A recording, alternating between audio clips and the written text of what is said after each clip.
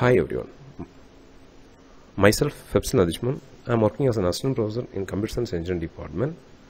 Here we are going to discuss some topics in computer organization and architecture. Here we are going to discuss about hardware control.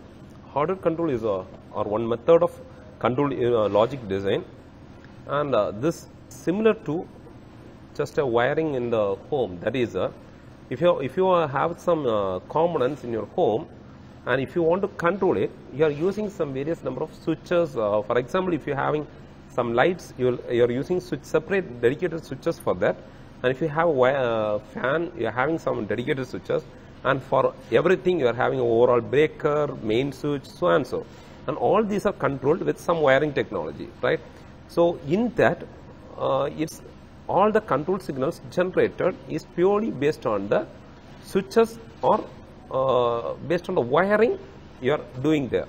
So like that, in computer we are having various number of flip-flops and gates, and all these things are used as a switches, and that are logically designed with the help of hardware wiring. So here the term hardware comes from the term wiring of logical elements.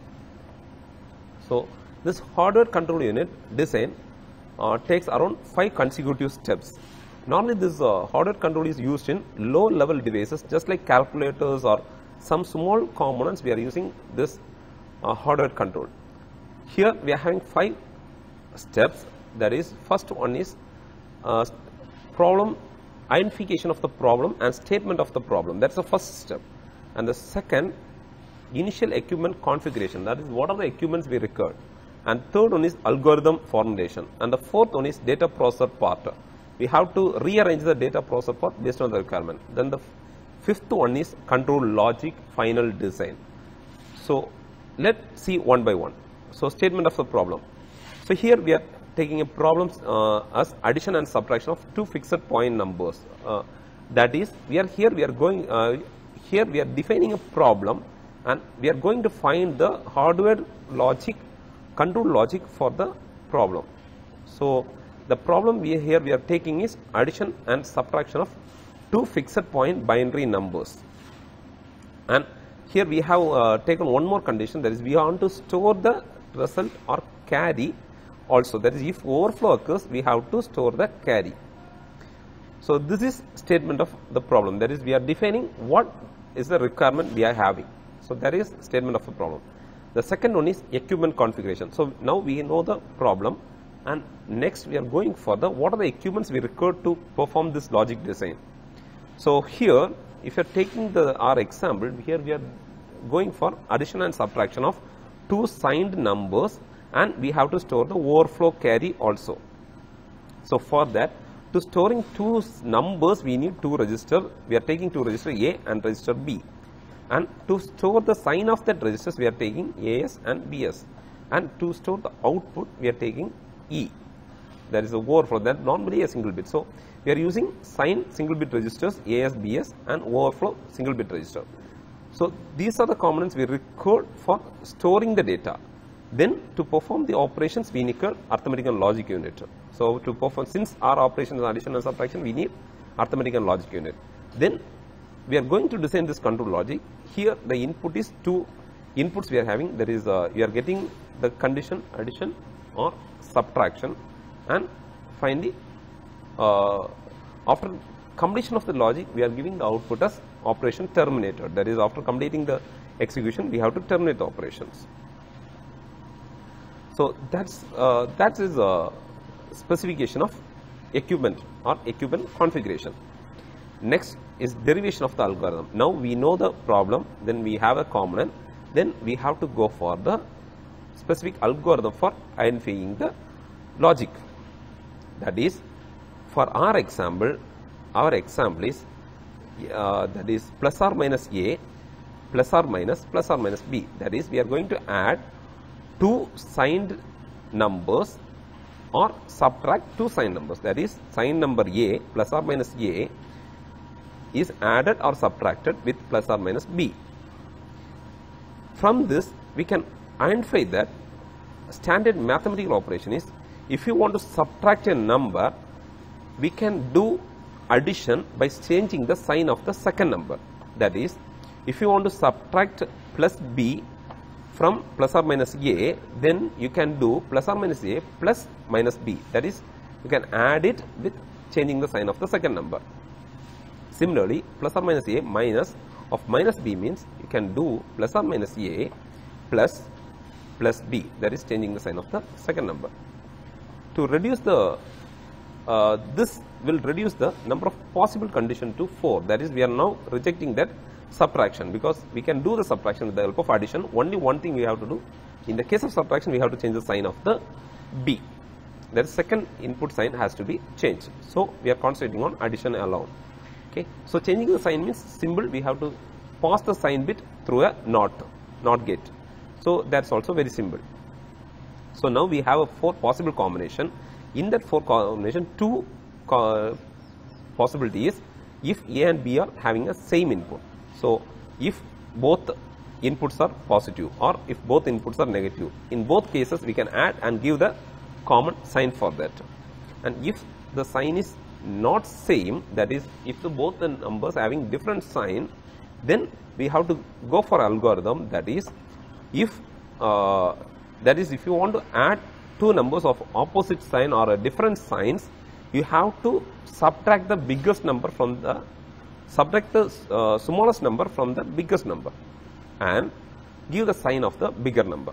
So this is the logic. So here plus a plus minus b is equal to plus of a minus b if a is greater than b, else b minus a if b is greater than a, and we are giving the sign of the bigger number. So if a is bigger, we are giving the sign of a, if b is bigger, we are giving the sign of b.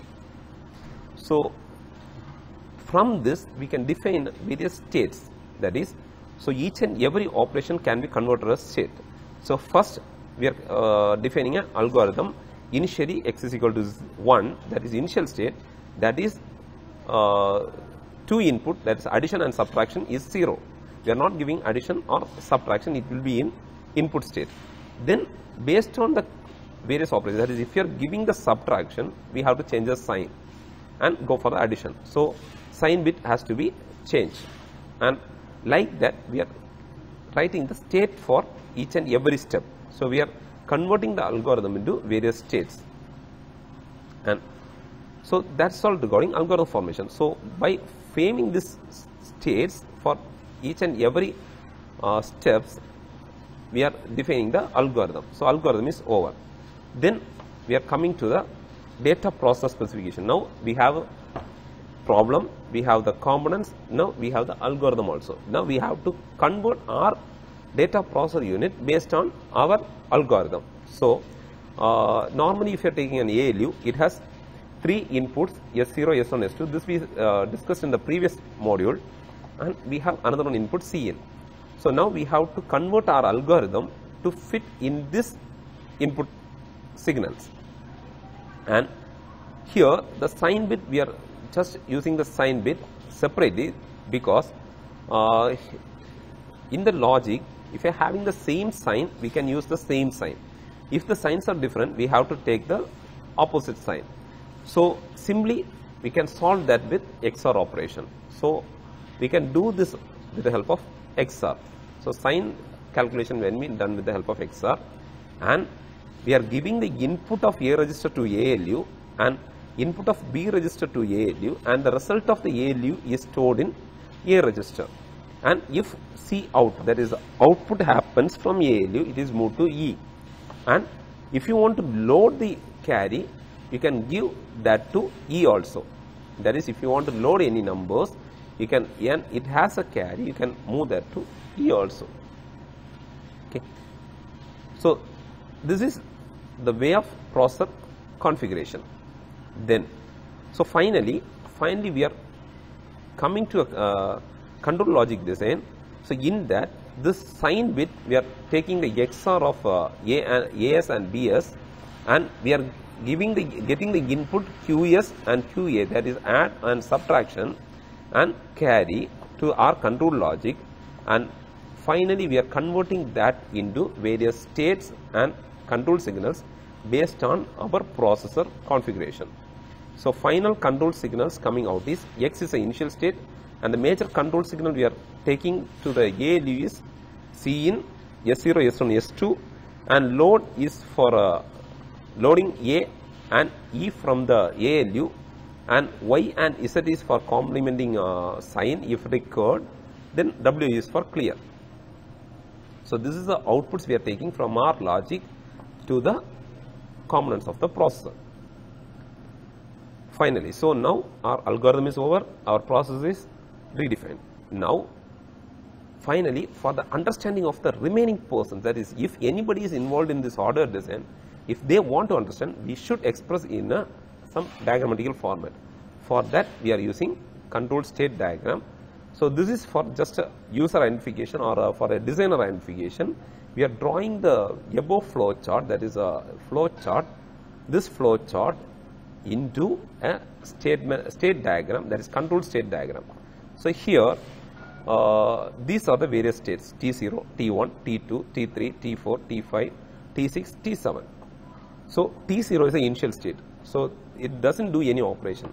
So that means QS and QA is equal to 0. If you are not giving addition or subtraction, it will be in initial operation, it will be rotated. And if you are giving QS is equal to 1, this will go to the state T1. So state T1 means this will take the complement of the B sign, that is QS means we are giving subtraction. If you are doing subtraction, you have to complement the sign, as we stated earlier. We have to change the sign and add it, remaining everything is same. So we are changing the sign and giving to the next state. That is, this state, what we are doing is, we are just actually, this state is nothing state, we are passing that to the another one state. So if we are giving the input QA is equal to 1, that is, if you want to perform addition, we are giving the signal directly to T2. So now if it is subtraction, we are changing the sign and coming to T2, and if it is addition, it's directly coming to T2. And if we are giving S is equal to 0, that is, sign is or unlike, we are giving to T3 and we are moving to initial state. If sign are unlike, then we are going to the state T3 and moving to the initial state. Then if sign is equal to like, same sign means we have to do the same addition operation, so we are moving that to initial step.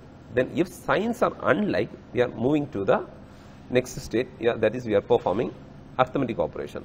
Likewise, we are doing each and every step and various states, and finally we are getting the result in A register. So the various state explanation is given here. So T0 is the initial state, T1 is changing the complement, T2 is nothing, that is, we are not doing any operation, just we are holding the instruction, that's it. Then T3 is addition and taking the carry, T4 is taking the complement, once complement addition and taking the carry, and T5 is E is equal to 0, that is, carry is equal to 0. Then T6 is complementing, if the sign is negative, that is, output is negative, then complementing A and taking one's complement of A, that is complementing, that is taking 2's complement actually. So here it is complementing and move to A, then adding with 1, so it is 2's complement. Then the result is moved to, then the sign bit is also complemented. So that's all regarding hardware control. Thank you.